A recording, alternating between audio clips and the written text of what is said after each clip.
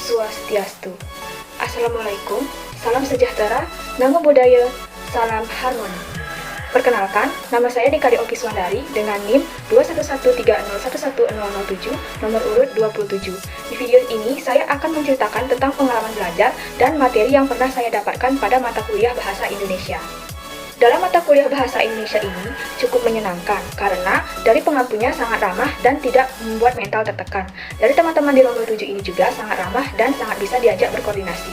Setiap materi yang diberikan saya bisa menerimanya dengan benar. Tugas-tugas yang diberikan juga tidak begitu sulit sehingga tidak terlalu membebani. Tugas-tugas yang diberikan yaitu berupa makalah dan PowerPoint. Adapun materi yang saya dapat yaitu materi yang pertama yaitu fungsi bahasa Indonesia. Fungsi bahasa Indonesia sebagai dasar jiwa nasionalisme menurut buku Arifin tahun 2008 ada 4, yaitu sebagai lambang kebanggaan kebangsaan, lambang identitas nasional, alat perhubungan antar warga, antar daerah, antar budaya, alat pemersatu suku budaya dan bahasanya. Sedangkan, kedudukan bahasa Indonesia sebagai bahasa negara memiliki 5 fungsi diantaranya sebagai bahasa resmi kenegaraan, bahasa pengantar dalam pendidikan, alat perhubungan pada tingkat nasional, alat pengembangan kebudayaan, ilmu pengetahuan dan teknologi, dan bahasa sebagai media massa. Materi yang kedua yaitu ragam bahasa Indonesia berdasarkan bidang pemakaian. Ragam bahasa ialah bentuk dari berbagai variasi bahasa menurut konteks pemakaiannya, atau topik yang dibicarakan, hubungan antar pembicara, medium pembicara. Ragam bahasa berdasarkan bidang pemakaian meliputi bahasa itu digunakan untuk keperluan atau bidang apa. Misalnya, bidang sastra, jurnalistik, pertanian, kepariwisataan, pelayaran, pendidikan, dan sejenisnya. Variasi bahasa berdasarkan bidang kegiatan ini yang paling tampak cirinya adalah dalam bidang kosakata. Setiap bidang kegiatan biasanya mempunyai sejumlah kosakata khusus atau tertentu yang tidak digunakan dalam bidang lain. Materi yang ketiga yaitu ejaan bahasa Indonesia. Ejaan bahasa Indonesia atau disingkat EBI adalah ejaan bahasa Indonesia yang berlaku sejak tahun 2015 berdasarkan Peraturan Menteri Pendidikan dan Kebudayaan Republik Indonesia Nomor 50 Tahun 2015 tentang Pedoman Umum Ejaan Bahasa Indonesia. Penulisan huruf dalam bahasa Indonesia yang baik dan benar yaitu dengan memperhatikan huruf kapital dan huruf miring.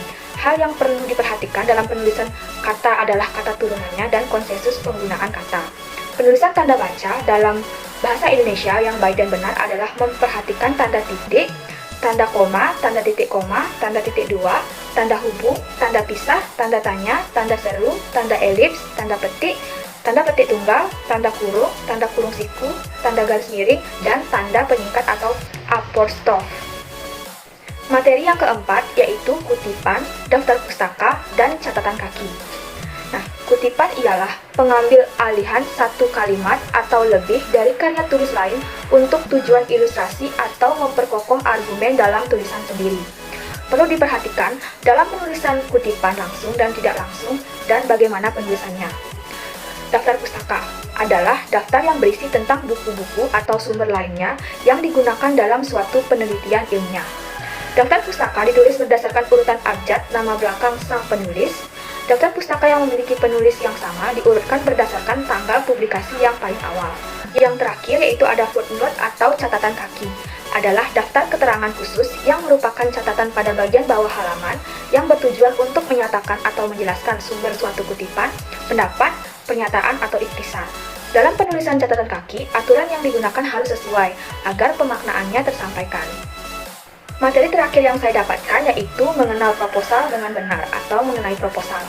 Proposal adalah sebuah rancangan kegiatan yang disusun secara rinci oleh seseorang atau sekelompok orang dalam bentuk ide, gagasan, atau pemikiran yang bertujuan untuk mendapatkan dukungan dalam bentuk dana, izin, ataupun persetujuan suatu kegiatan.